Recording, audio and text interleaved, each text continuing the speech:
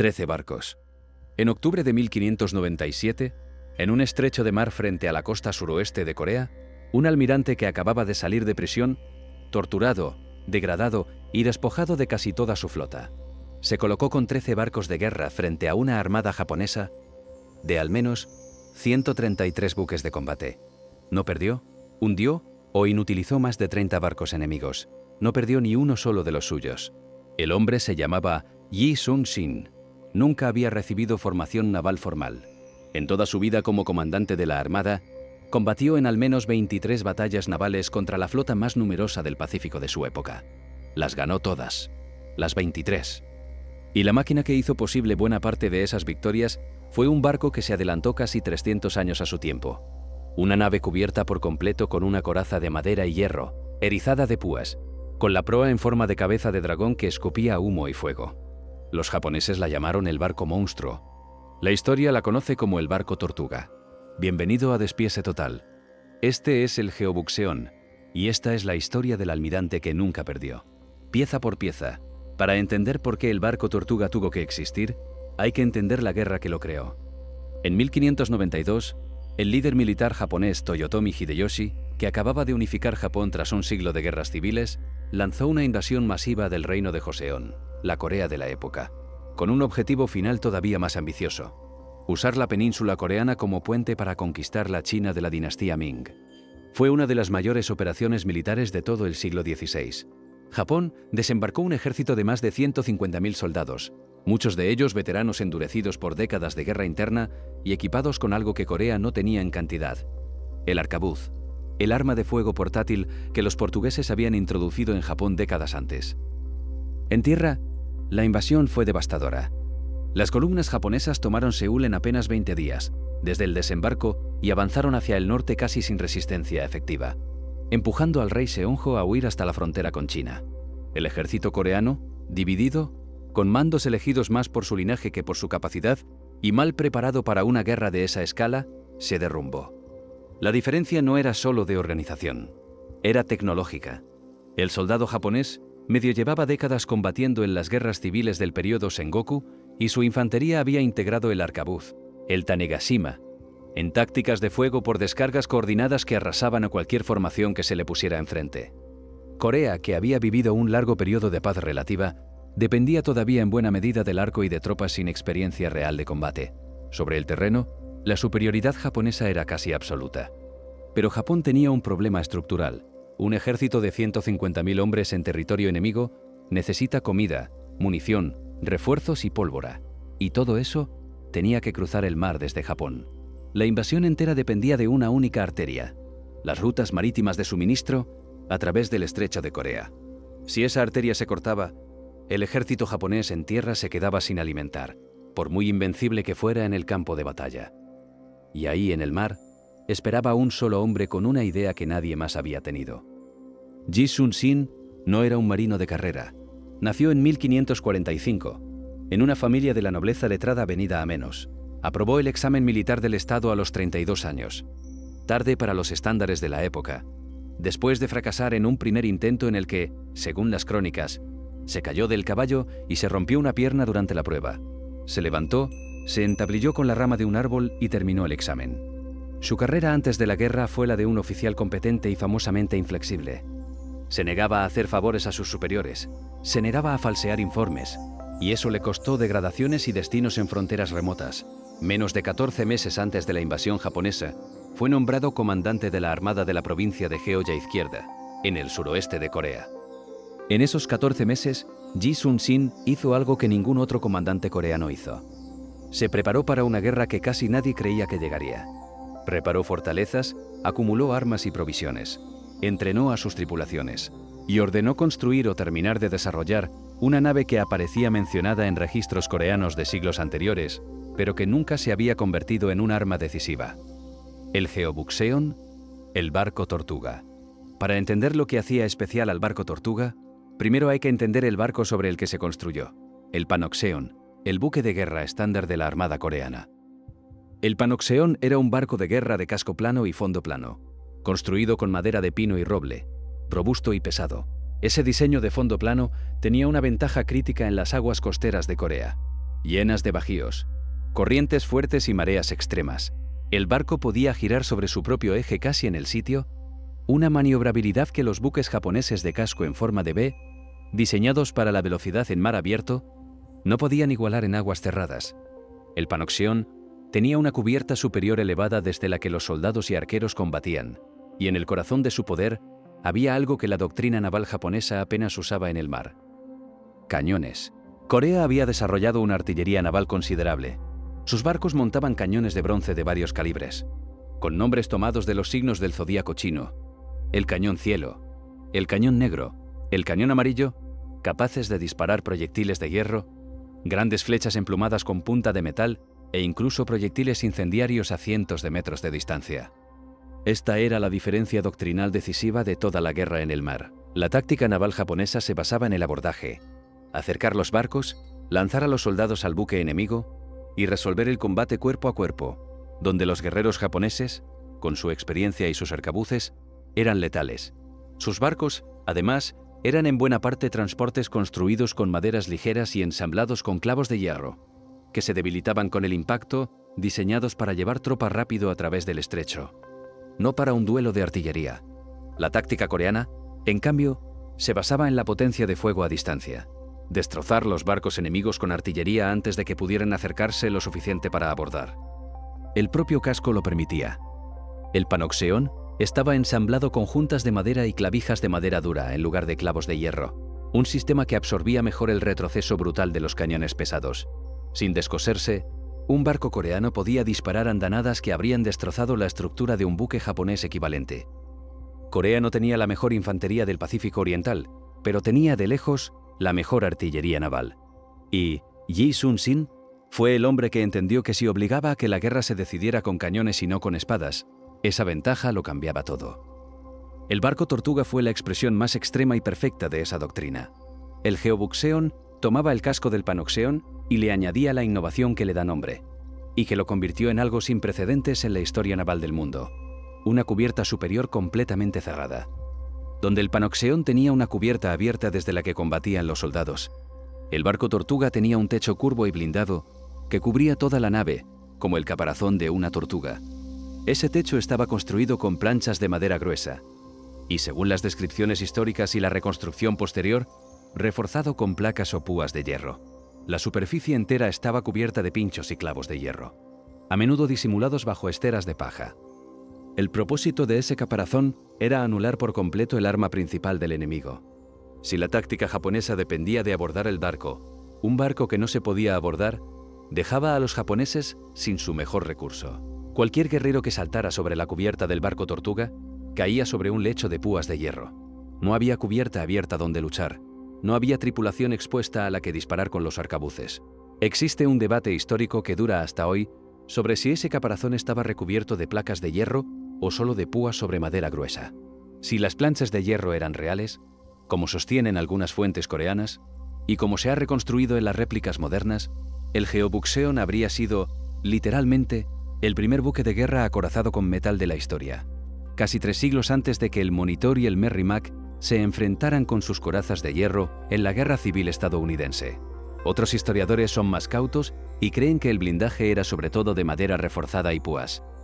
Pero incluso en la versión más conservadora, el principio era revolucionario: una nave de combate totalmente cerrada, inmune al abordaje, en una época en la que todos los barcos de guerra del mundo combatían con la cubierta abierta. Los remeros y los artilleros iban protegidos en el interior, invisibles y a cubierto.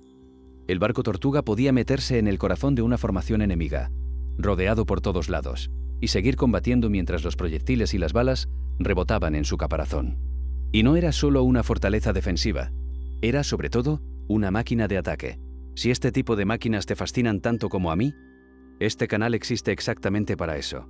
Cada semana abrimos una máquina de guerra por dentro y la explicamos pieza por pieza. El botón de suscripción está justo debajo por si no quieres perderte la siguiente.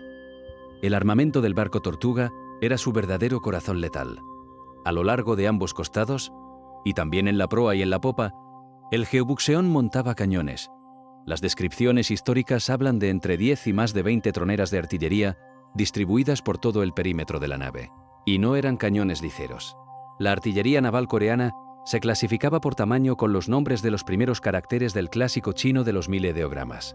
El cañón cielo, el mayor, capaz de disparar un enorme proyectil de madera con punta de hierro llamado Daehangunjeon, una especie de flecha ariete de más de 2 metros, a varios cientos de metros, y por debajo, los cañones tierra, negro y amarillo, de calibres decrecientes, que lanzaban balas de hierro, racimos de proyectiles menores o dardos incendiarios.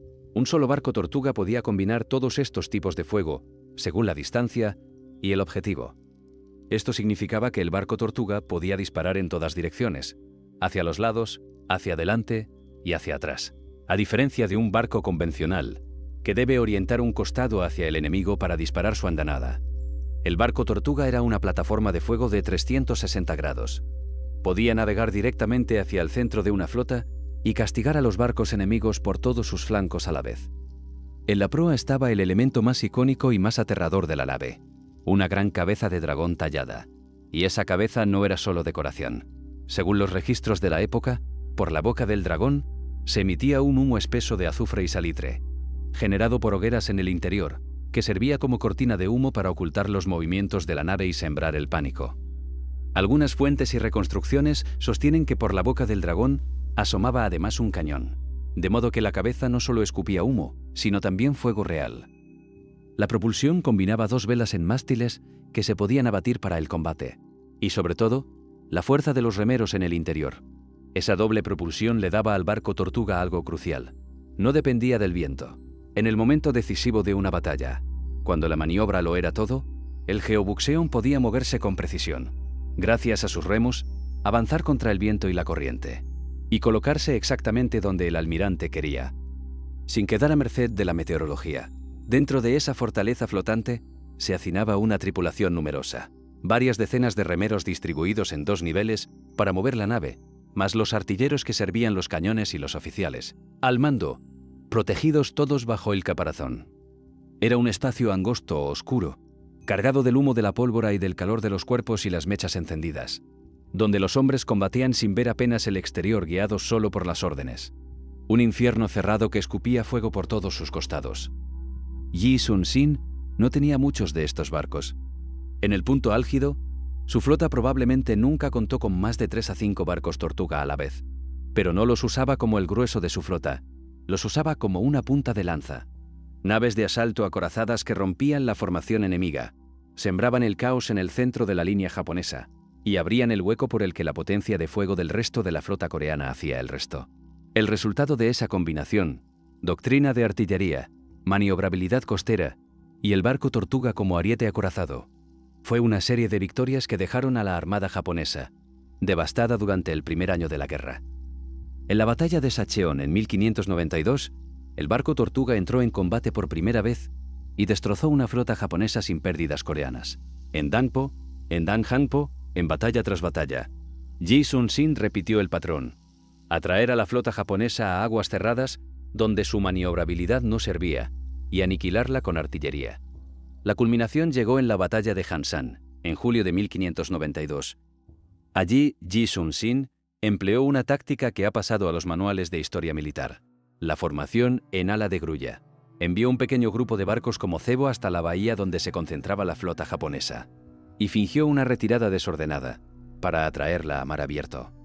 Los comandantes japoneses, confiados, persiguieron al señuelo hacia aguas anchas, lejos de la costa donde podían refugiarse.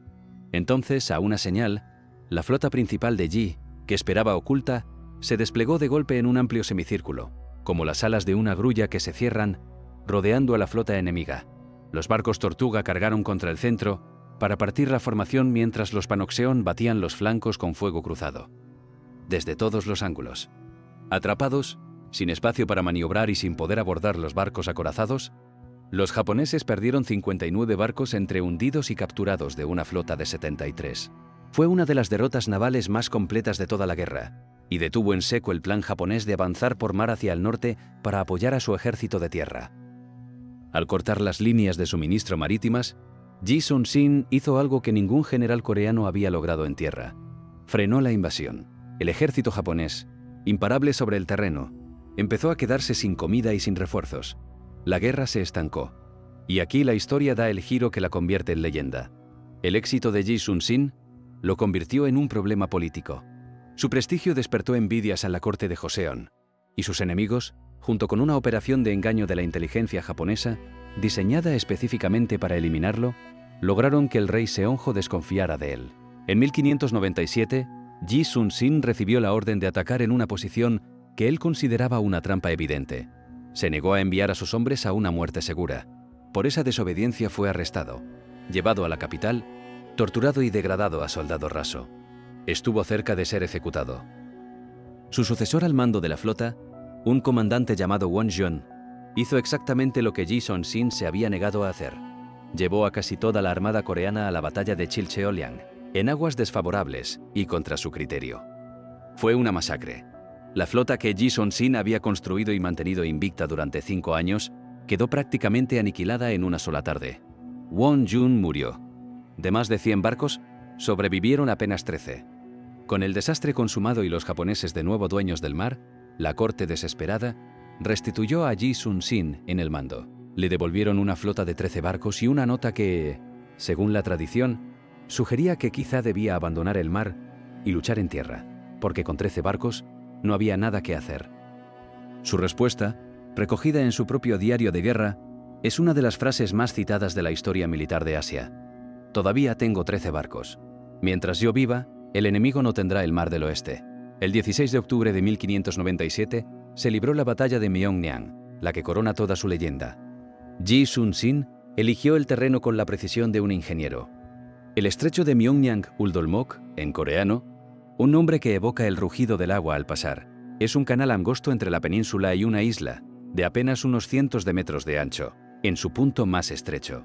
Por ese cuello de botella, el mar se comprime y las corrientes de marea alcanzan velocidades de más de 10 nudos, entre las más rápidas de toda la costa coreana, invirtiéndose por completo cada pocas horas con un estruendo que se oye desde tierra. Yi conocía esas aguas al detalle, porque llevaba años combatiendo en ellas, sabía a qué hora cambiaría la marea y en qué dirección. En ese canal, la ventaja numérica japonesa se anulaba. Por muy grande que fuera su flota, solo un puñado de barcos podía entrar de frente al mismo tiempo, y detrás se amontonaba el resto sin poder desplegarse ni maniobrar. La aritmética de 133 contra 13 dejaba de importar. Lo que importaba era cuántos barcos podían combatir a la vez. Y eso, el estrecho lo decidía por Yi. Con sus 13 barcos formados en línea al otro lado del estrecho, Yi Sun-sin esperó a la marea. La flota japonesa, al menos 133 buques de combate, según los registros, con más de un centenar de barcos de apoyo detrás, entró en el canal empujada por la corriente favorable, convencida de aplastar por fin al almirante que tantas humillaciones les había causado.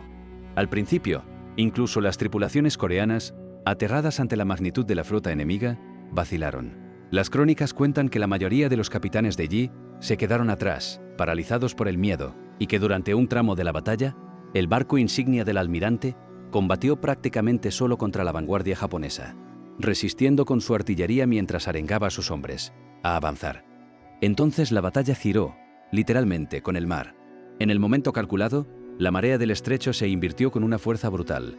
La corriente, que había empujado a los japoneses hacia adentro, se volvió de golpe contra ellos. Las apretadas filas de barcos japoneses amontonadas en el canal perdieron el gobierno, chocaron entre sí y quedaron atrapadas en un caos de cascos enredados, justo delante de los cañones coreanos. Los barcos de Yi, con su fondo plano y su maniobrabilidad, mantuvieron la formación y descargaron su artillería sobre la masa indefensa. Entre los barcos destrozados estaba el del comandante japonés Kurushima Michifusa. Su cuerpo fue recuperado del agua, y Yi Sun-sin ordenó que lo descuartizaran y exhibieran sus restos en lo alto de un mástil, a la vista de la flota japonesa. El efecto sobre una armada que ya estaba perdiendo el gobierno de sus barcos en la corriente fue devastador para la moral. Cuando terminó la jornada, la flota japonesa había perdido más de 30 barcos de combate hundidos o inutilizados, y varios miles de hombres. Yi Sun-sin no perdió un solo barco, y sus bajas se contaron en apenas un puñado de heridos y muertos. 13 contra al menos 133, y ganó. Ni siquiera fue una resistencia heroica que terminara en repliegue. Fue una victoria total que devolvió a Corea el control del Mar del Oeste y arruinó de nuevo el plan japonés de abastecer su ofensiva por vía marítima. La guerra continuó un año más. En su última batalla, la de Noryang en diciembre de 1598, Yi Sun-sin dirigió a una flota conjunta coreana y china contra la armada japonesa, que intentaba retirarse tras la muerte de Hideyoshi. Fue otra victoria aplastante, y en pleno combate, una bala de arcabuz alcanzó al almirante en el pecho. Sus últimas palabras, según su sobrino que estaba a su lado, fueron una orden: la batalla está en su punto álgido. No anuncies mi muerte. Le pusieron su armadura y su casco a otro hombre, y la flota siguió combatiendo hasta la victoria sin saber que su almirante había muerto.